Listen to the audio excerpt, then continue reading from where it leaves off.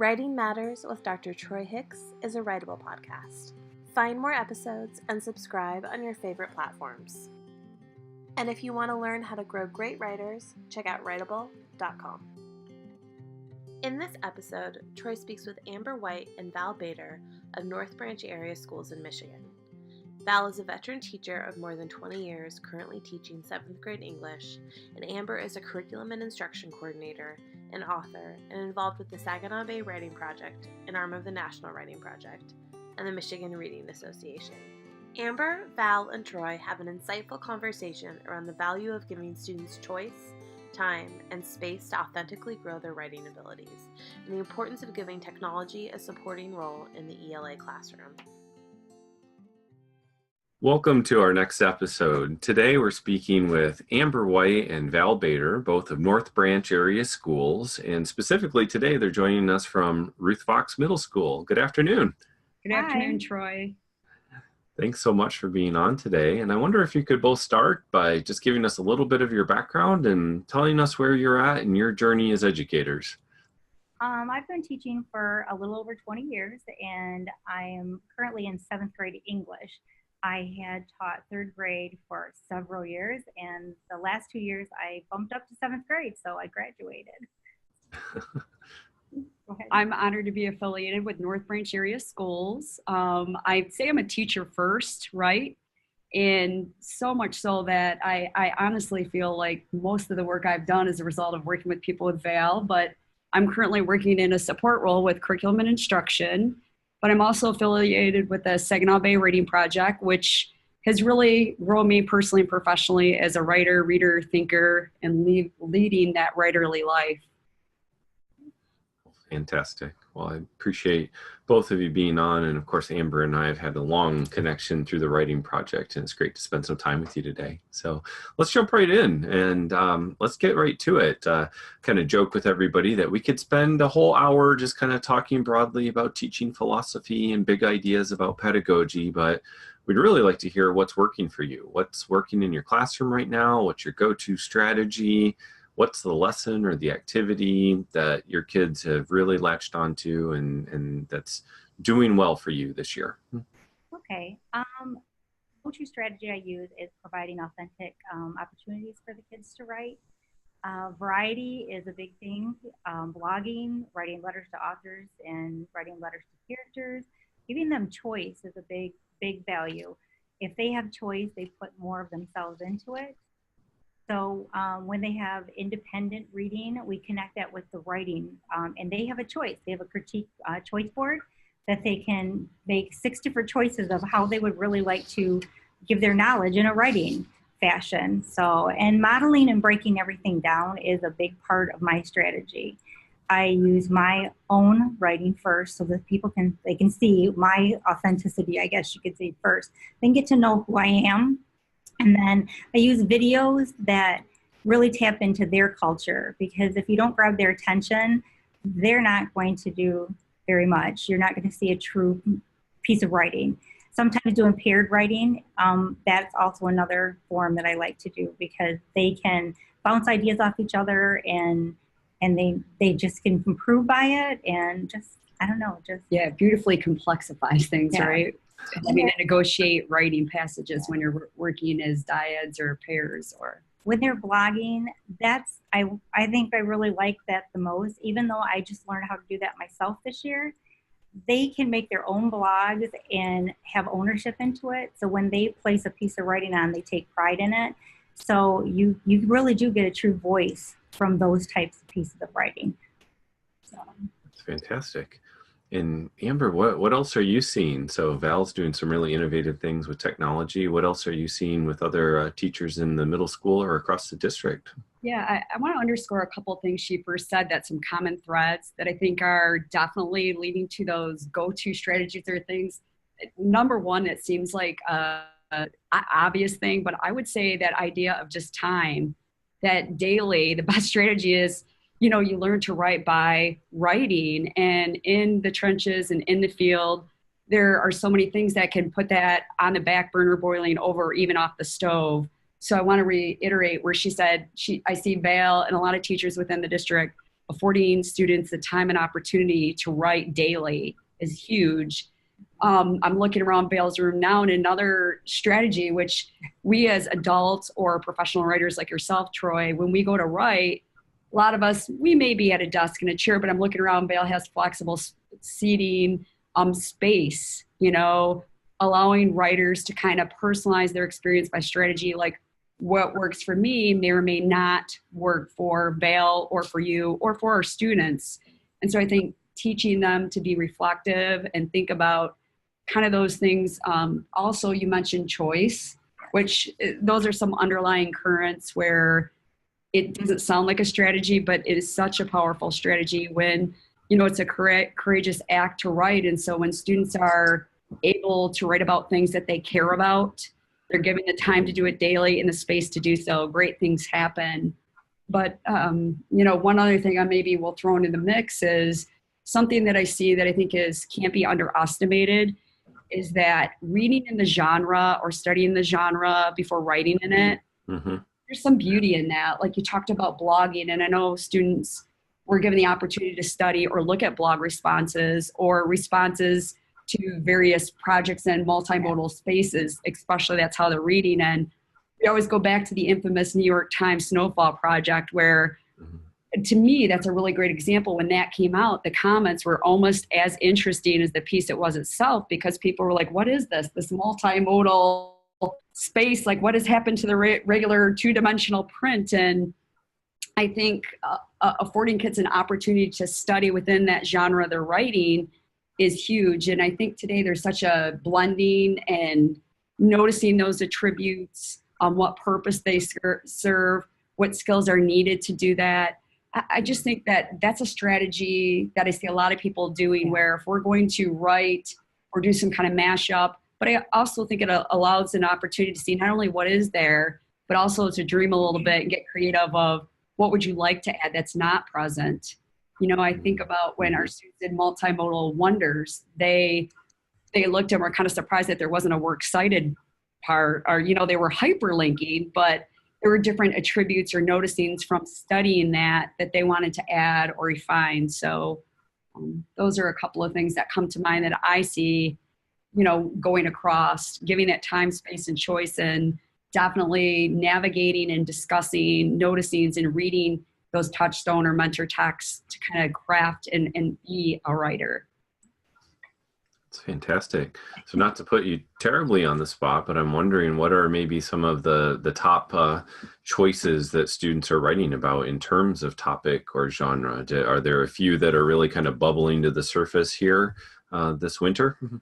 They actually really like to write letters to the author.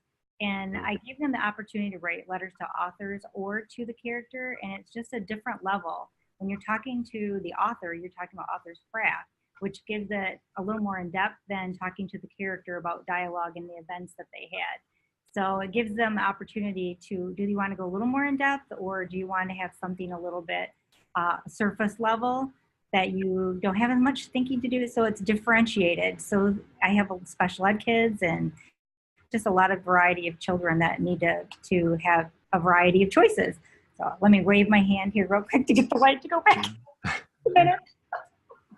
Yeah, I would agree. I mean, working across the district in different grade levels, you see trends that kind of emerge, or, sometimes when there's relevant, I think at the higher level, secondary, middle school, sometimes those topics that you see, kids even in a rural, place like us, they have strong feelings about, what they perceive as rights or human, things for humanity, like whether it be immigration, sometimes more lighthearted things, but I think seeing writing as an opportunity to use your voice and champion something that you care about, and even pushing them to look at multiple angles or sides to something, to stretch their thinking, and writing in response to maybe something, taking an opposite side and writing from that is sometimes a challenge our students sometimes have. And it's important that they're able to do that, to step back and maybe write and think about and research from another perspective. At the beginning of the year, we had worked on memoirs. And so now we're working on informational. So it's a really big difference in writing, but they're starting to see common factors. And they get to choose their topic. I just give the genre, and then they choose the topic. Mm-hmm. So one of the activities we did was, and Writable was great with this because I was able to break the memoir into pieces, into an introduction, a body, and a conclusion. And they, though, made expert lists on several topics. So I would say, okay, I want you to make an expert list on people who are important to you and people that you cannot stand. Make a list the next day about the places that you love to go, or you have really big memories there, or things with another day. Pick out some things that you cannot live without. And then they got to choose whatever they wanted to write about. And we did this several times. So we would practice with one, and then we do the peer reviews back and forth, and then we would go ahead and they would say, okay, I'm ready for it to be graded. We did this 6 different times just with introductions on memoirs. And Wow. then we had to choose one that they would like to do with the rest of it. And we did the same with the body. So they had a variety of things that they could write about, and it was their choice.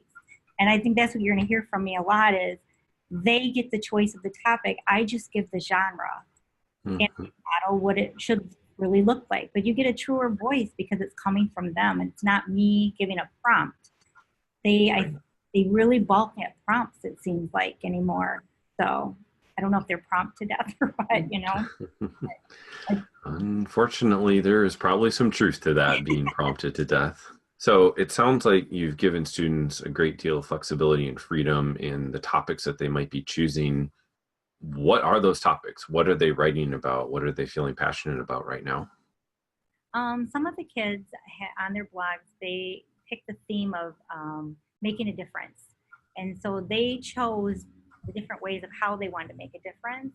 And some of them chose a project that would just be focused on one person, but other people chose projects that focused on an organization that would help others. And it all was based on helping other people and community. So that was one of the major things that we had gotten done in the first marking period. The other things that the kids, they really like to argue, and we haven't started our argument papers, but they're already picking up on different things that they would like to talk about. Last year it was about the school dress code, but this year it's about wanting to start school later because they need their sleep, you know. So there's a lot of variety of topics that they would like to talk about.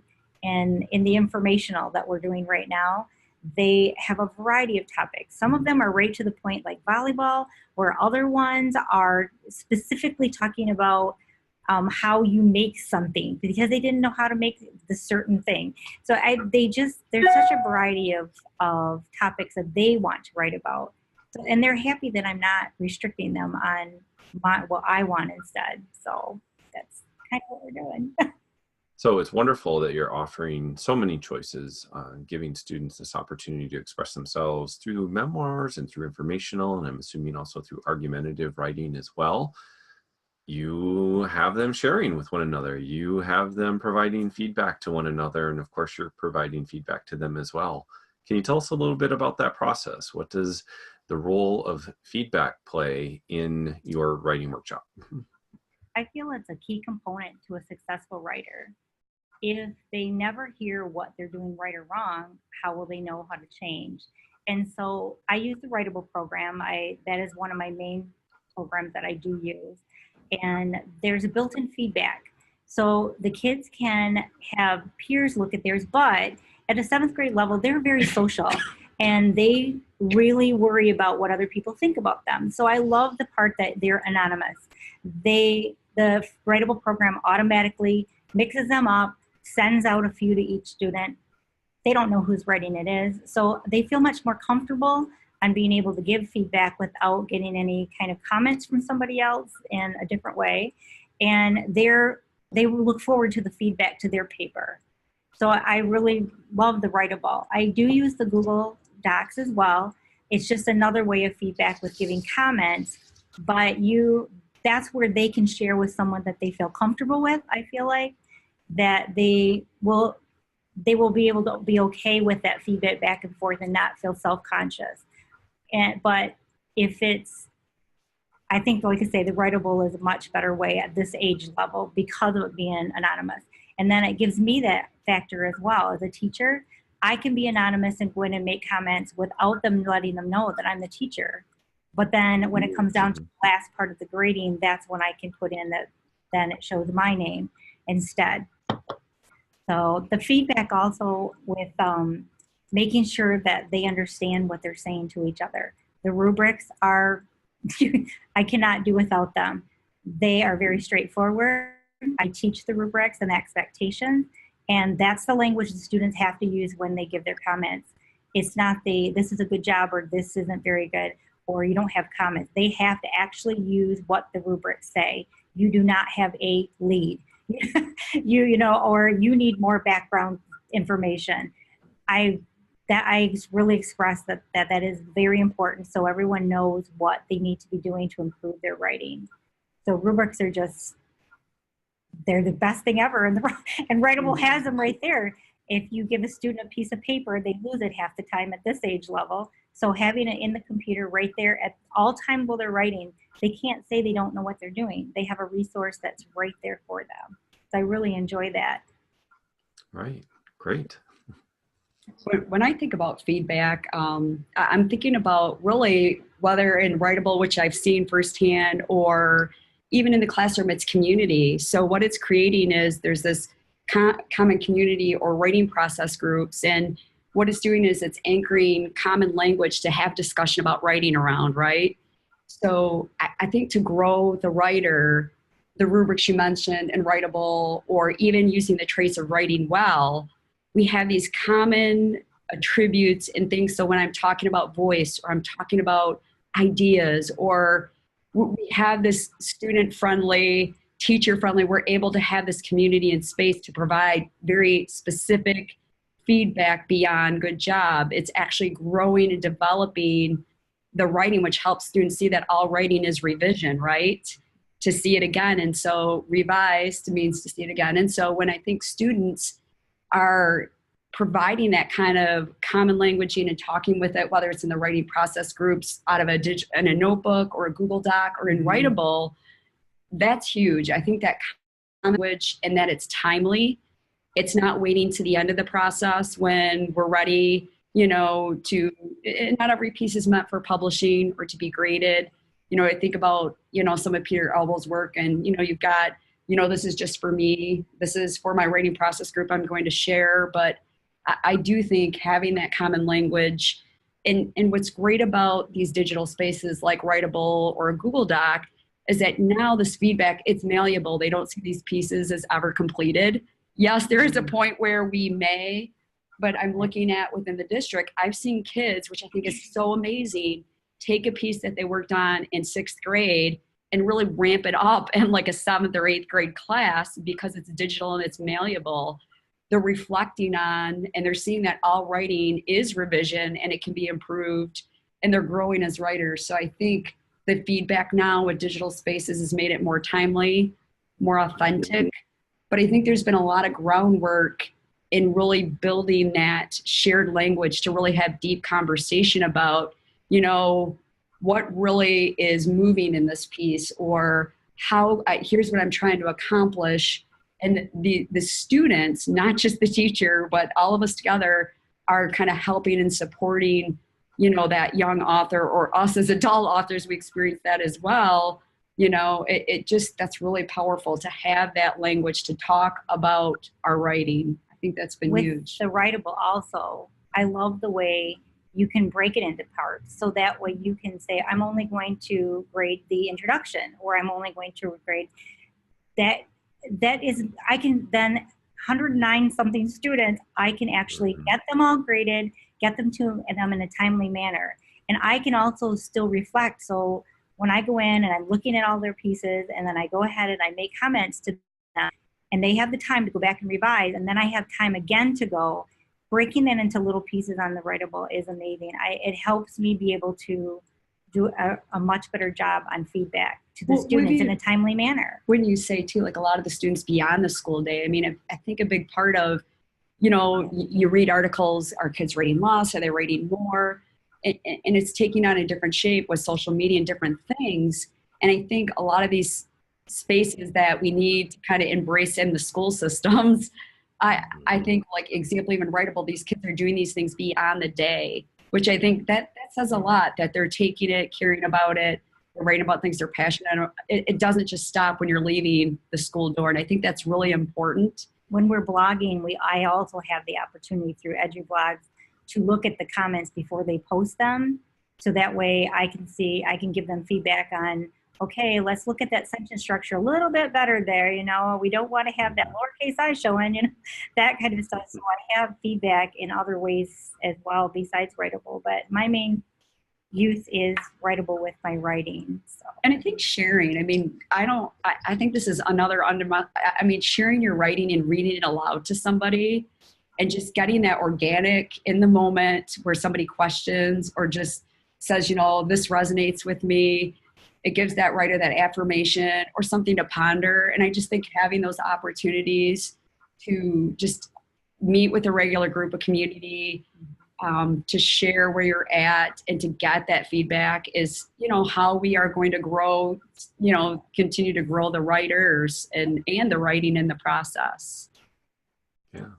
One thing I'd like to pick up on, just as I've heard kind of as a theme throughout both of your comments there, is that the technology enables you to do something that is already started in the classroom. You've created this culture of respect and community, and the students are able to then use those tools to build on that and provide that feedback in those really thoughtful and substantive ways, much more than just a, hey, good job, or I liked it, but actually to respect what their classmates are doing and provide some thoughtful, meaningful feedback that will help move them forward. So that's really wonderful.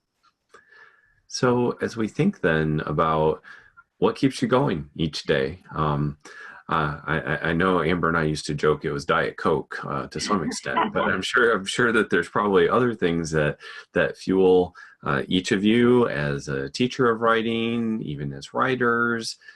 What is it that drives you? What are your passions, and what keeps you going in the world of education?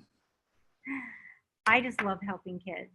I remember the teachers that I had who stood out to help me, and I wanted to be just like that teacher. I didn't know I wanted to be a teacher till later on, until actually after I had my own 2 children.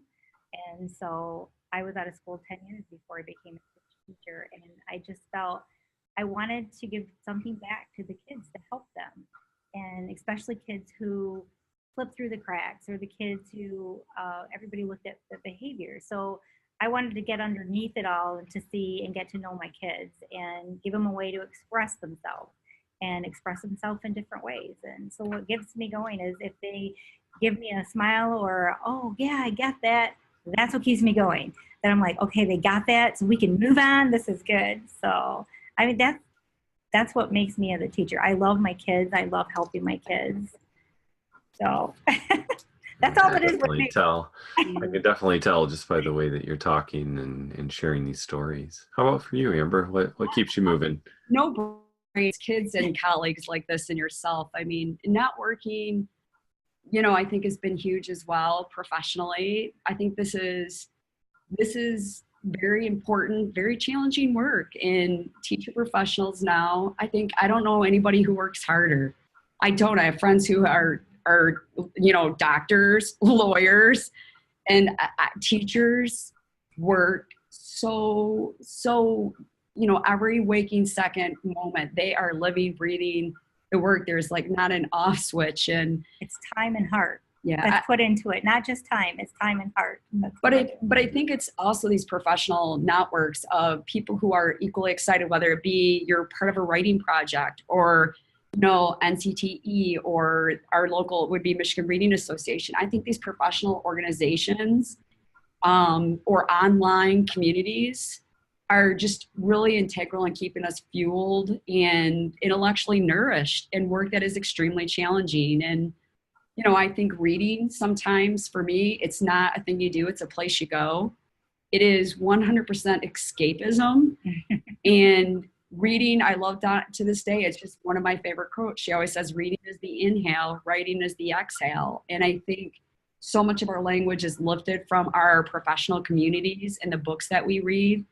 And so I really find a lot of solace and comfort and tranquility in reading and networking and staying connected with people like yourself, or talking throughout the day with colleagues on problems of practice that we have, and that creativity that we have in our job to be, problem solvers and think, how can we do this differently? Like, it's never the same lesson. You might be doing the same learning goals, but how do we extend, enhance, and engage the learner in ways, whether it's using multimodal spaces or improve things. And that's exciting. And that's for me, that's totally fuel for the soul, is how to get creative in this work and really make it fun for students, and help them see that reading is escapism, that writing is more, it's a way to think about things. It's a way to put things out in the world and be, not just a consumer, but a creator into the global pool of knowledge. So to me, we're very fortunate to be in work, but that's an excellent question. I mean, there's blog after blog, like, how do you stay nourished? And I think it's doing like what we're doing now. It's exciting. We talk, it keeps us motivated and driven to do good work for, our future. So learned a lot this year. Always trying something new. Yeah, absolutely. If it helps the kids. Absolutely. Yeah, that's definitely one of my mantras. We're all learning all the time. So it sounds to me like there's, again, a lot of joy and a lot of learning that happens in your school. Do you have an example of something that you've gone through recently, maybe related to technology, and how you've been a learner in your own professional life and in your classroom? Yeah, the last 2 years, I have been a learner in my classroom. I have learned how to blog, so I can teach my students how to blog. And I felt at first very traumatic. So I know what the kids are feeling when I bring something new to them and they have that wide-eyed look, because I had the same wide-eyed look. I have learned how to use Google Docs, Google Classroom, all in a matter of 2 years, just because I jumped in with both feet and said, okay, kids, here we go.